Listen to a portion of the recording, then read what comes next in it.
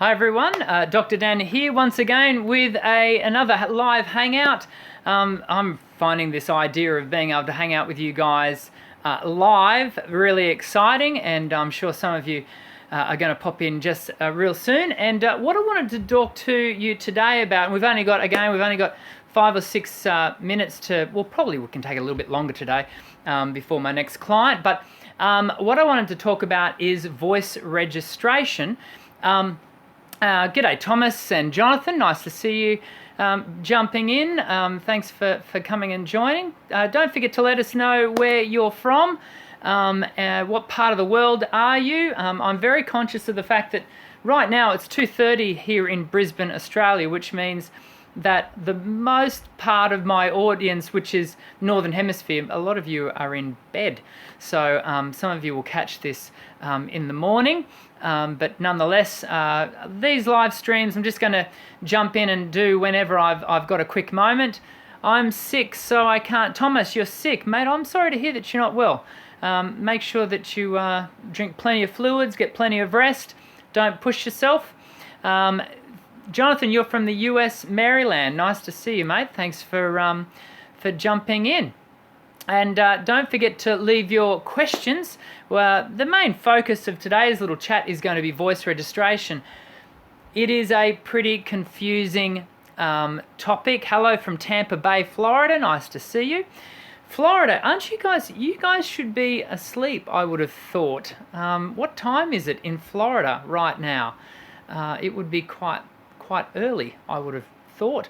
Nonetheless, so voice registration. It's an interesting subject in the sense that there is a lot of conflicting thought around voice registration, and certainly for the predominant part of the 20th century, we just split it into head voice and chest voice, didn't we? That's how we kind of talked about it. 11:32 p.m. almost asleep, but yeah, it's good to see you. Let's see if I can bring up. I'm still getting used to using these chats. How do I bring up the chat? There we go. Almost asleep. 11:32. Okay, in Florida. Wow. Well, nice of you to drop in there and join us for a quick discussion. And the same. 11:32 where you are, Thomas. Very good. So, so we generally talked about voice registration as head voice and chest voice. And for a period of time, that kind of served us in the sense that it acknowledged that we had this lower chest kind of sound and a higher kind of sound with our head voice. But the moment you want to describe the voice beyond that, it becomes rather difficult to do. And so we started to, Joe Estelle introduced language like thick fold and thin fold. And there's a whole range of ways that people use to describe voice registration these days. And so I just wanted to quickly jump in and say, look, there are a number of really good ways to describe it now. And the most recent is that everyone seems to be using, and it's kind of the flavor of the month, is a French model. I can't remember the methodologist or the researcher that did it, but anyway, it's M1, M2. I don't necessarily use that language. Sometimes I'll fit it into my videos, but I tend to use the language more of what's referred to as lengthen a dominant and shorten a dominant, or more anatomically correct, TA, thyroarytenoid dominant, or cricothyroid, CT dominant, which is the lengthener. And that is from a model called Thurman and Welch. And Thurman and Welch released a book back in the year 2000 called Body, Mind and Voice, which is a wonderfully researched resource, and it's 3 volumes. It's yay thick. It's a really fantastic resource, and that's the model that I use here in my studio. And so when we start talking about registration and the application, so that's a model I use, right? But when we start talking about the application of those things, Howdy, I am so glad you're talking about voice registrations. Well, I'm glad you are happy, T.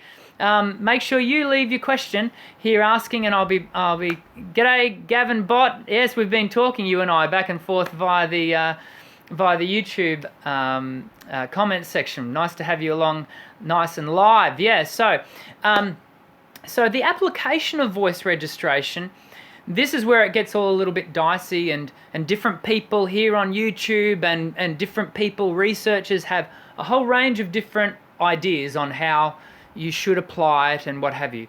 And I'm not here to tell you that other people are incorrect. I'm simply going to just very briefly talk you through how I go about working a person's voice and what I've found over the last 20 years of teaching to be a very effective method of helping a voice to be constructed in a balanced way. So I'm a great believer in working and isolating certain the 4 registers. So we have 4 registers. We have the pulse register, which is that sort of sound, and a lot of us can make it a lot easier in the morning than we can at night. And it's that it sort of sits at the very bottom of your range, where the vocal folds are just pulsing enough. 6 a.m, good time to be up. Where are you, Liana? Whereabouts are you at 6 a.m? And why are you on YouTube? I'm glad you could join us. And so that's the pulse register. Then we go into our lower register, which traditionally, historically, would have been referred to as chest voice, which is that and we can hear, if you pat your chest while you're making that low note, ya, you can hear it sort of resonating, and we get sensation down lower. And then we go up into our upper register, or what's referred to as a well, this will be a lengthener dominant upper register. And then we go into falsetto, which is the register at the very top for guys, and for girls we call it flute. I must admit, as a true tenor, I have to really be very purposeful in working my falsetto, and the reason being is that my voice type, which is a slightly unusual voice type, enables me to, I can sing up in my flute register in full voice pretty easily. And so anyway, so what we do is we go about isolating the different registers. We work on the different registers, and we develop them separately. And then once we've got a good sense of those 4 points of registers, then we go looking to transition them. And so we have what's called the primary transition, the secondary transition, and there is a tertiary transition between the pulse into the lower.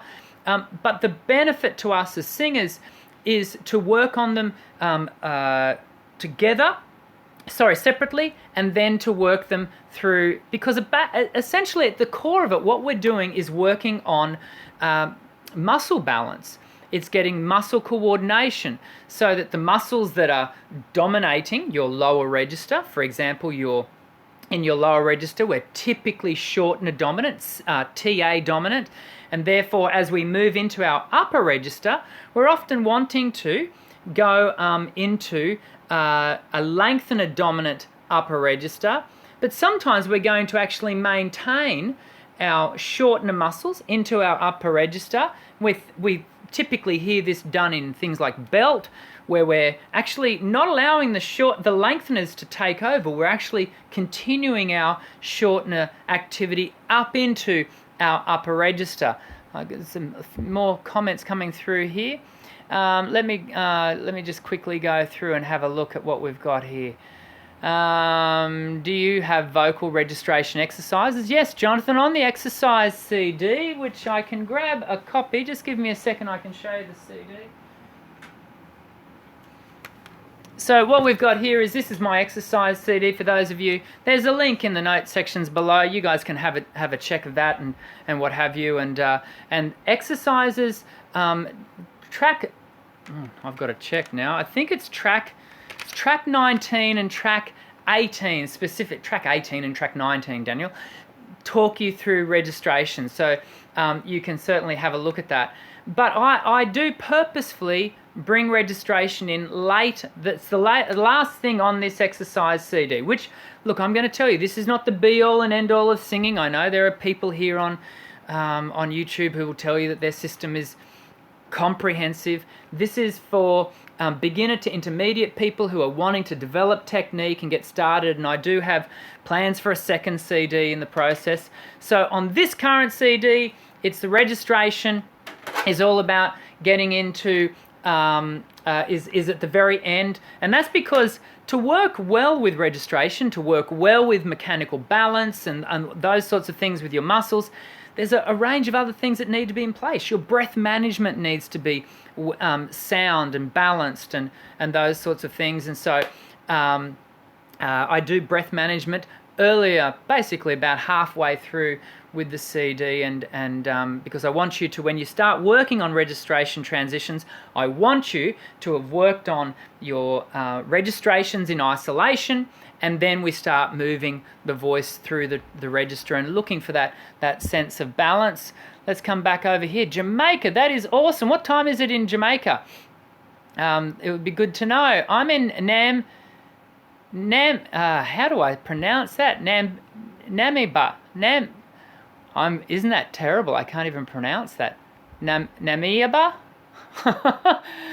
Liano, you're going to have to help me out. I can't say that properly. Let me go back up here. There were some other questions. Did you make a video about SLS? Yes, I did make a video. I am Gavin Bott from, not Gavin. I did make a video about SLS, but not with the intention to bag it or say that it was wrong or whatever. Just that video there, and if you guys can go searching for it, that video is about discussing the idea of methodologists specifically, and talking about the idea that, hey, methodologists, they have their place, but they often can find themselves very blinkered, and as a result, for example, my understanding, and I'd be happy to be corrected, is that Seth Riggs has not been willing to expose his methodology, which has given us so much, but there is so much more that has been learnt and understood in the last 30 years, 40 years since Seth introduced us to his method, which is the singing for the stars, speech level singing. And so anyway, you guys can check out the video, make your own minds up about that. But it's certainly not designed to, to bag anyone or be disrespectful. I have a lot of respect for methodologists. They pave the way. They very much, take us forward, which we need. Now, going back, how does bad belting technique affect the voice? Great question, Palav. Well, the way it can really negatively affect the voice is it can really wear and tear at your throat, because when we belt poorly, actually what we're doing is we're using a yell function. And a yell function is generally placing the voice under incredible load, and therefore it's highly inefficient. The cost is way too high for the voice, because the air pressure, the subglottal pressure, is causing the larynx to constrict against the throat. The larynx to constrict against the air pressure, which in turn is causing intrinsic muscular constriction, tightness within the larynx. And of course, that's labor intensive. And so that is how we run into troubles there. Hey, from Jamaica, we've already seen that one. I can reach down to A3 with falsetto or head voice. I don't know which it is. A3, I would dare say that is a lengthener dominant lower register note. So you can take your lengthener dominance, which you're referring to as head voice, right down into your lower register. You cannot take your falsetto down that low. I wouldn't have thought. It'd be a cool party trick if you can, though. How to sing with a voice going through puberty? That is a great question, Raman. The advice I always give to my young students who are, on that journey, which is around about, can be anywhere from 18 months to 3 years, is there's typically, that we talk about voice mutation as having 4 or 5 stages. And it's around about stage 3, stage 4 that we've got to be really careful with the voice, because the voice, I often describe voice mutation, puberty, as being a bit like a caterpillar crawling in and making a chrysalis and coming out the other end as a beautiful butterfly, which is a nice metaphor to be able to use. Hit a thumbs up if you like that metaphor. What happens with a voice, with a butterfly that emerges from its chrysalis, is it doesn't just immediately fly off. A butterfly that emerges from the chrysalis, what it will do, it will sit on a branch, or right next to the chrysalis, and it will fan its wings. And what it's doing is it's drying the structure of the wing to actually give it strength. In many respects, that's exactly what a voice going through puberty does. It goes into a chrysalis, it becomes quite vulnerable at that point, but when it emerges, you don't want to suddenly apply massive amounts of activity to it. You want to give it time to strengthen. And in fact, this is a little known fact, I think, by a lot of people, is that the voice is not fully developed until your late 20s, early 30s, and there's a process called ossification that the voice goes through in the larynx, the cartilage goes through, and that's complete at that point. I hope that's helpful. So just be careful through puberty. Try to reduce your performance, and don't over practice would be a good key there. Morning from Nepal. That's awesome. Great to have you along, mate. I've made a presumption there. You may not be a mate. You might be a gal. Dr. Dan, I'm having some problem. I'm practicing a song which is soft and higher parts. When I sing high notes of song, I have to scream. Is screaming singing? A loaded question, I would have thought. Is screaming singing? Well, if you're doing screamo, I guess it kind of is, but there are techniques around doing good screamo, and it sort of harkens back to the earlier point that we made around the idea of healthy belt and yell. And scream is basically just an intense yell, and you don't want to find yourself doing that. And with my metal singers, what I do is when we want to do those really heavy sounds, it's actually quite quiet. This is not about driving the voice, and we use microphones and technology to make what's ultimately quite a quiet sound a lot louder and a lot bigger, and it's all smoke and mirrors, really. That's a much better way for the voice to work. But certainly if you are feeling any discomfort and you're finding that the voice is fatiguing really heavily, then I would suggest to you that that you're probably going about it incorrectly, and I would look for opportunities to have someone, which this is not the place for us to do it, but have someone instruct you with getting better thing. And we are going to go with one more question. Let's go with T, shall we? T Dennis 25. My happy notes are between G4 to C5 and D5. My issue notes are E4 and F4. What exercises could I do that would reduce the voice break that I get when I sing my issue notes? Yeah, so, yeah, I agree, Jonathan. That is a great question by T Dennis. So, T, that is what some vocal pedagogies, singing teachers refer to as the big break, that point that you just discussed. And I do have a video that you can go and have a look at on the channel. For those of you who are new to my channel and you're watching for the first time, jump across to Voice Essentials, or search Dr. Dan here on YouTube, and you can go having a look for some videos on voice registration. And so what I'd be saying to you, T Dennis 25, is it's basically what we talked about at the very beginning of the video. Workshop each register in isolation. Once you feel you've got good balance, So for example, in your lower register and shorten a dominance, and you've got good balance in your upper register in lengthen a dominance, and you feel like you can apply shorten a dominance, a bigger sound to your upper register. Equally, you can apply a lighter sound to your lower register, a CT dominance down low. Then start looking to balance the two. A big factor in that process is in fact your breath flow.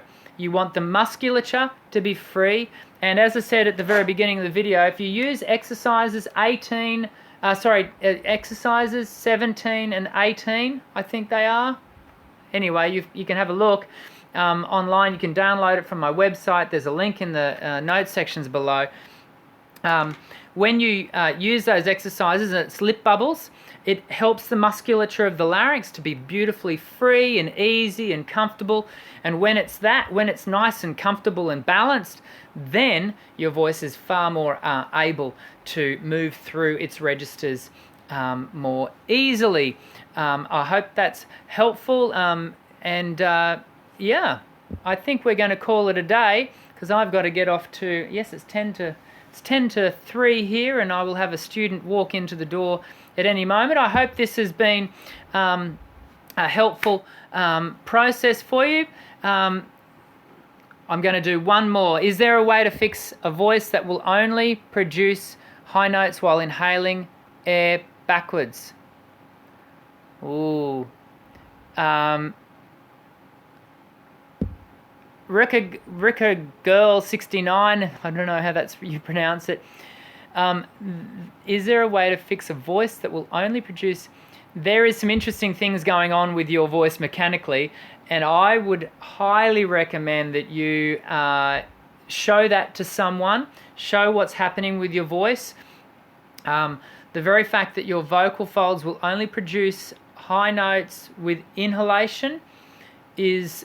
I would want to hear that to make any further comment. And so whether you try to get it to me through a lesson, or whether you try to get it to, show someone else, I would highly recommend that you seek some advice from a person you're able to do it for, and show them what you're doing. Well, there you go. I hope that has been a helpful session. We've been going for 20 minutes or so. Leave me a thumbs up if you find that these quick live hangouts, the Q&As are helpful. I do videos that go live every Thursday, and last year I used to do them on Tuesday as well, but the schedule just became a bit too much. So I'm hoping that these live hangouts, which are far less formal, and it's easier for me to be able to get to you and provide you with the content and the information and answer your questions as they come to hand. I hope it's really helpful to you.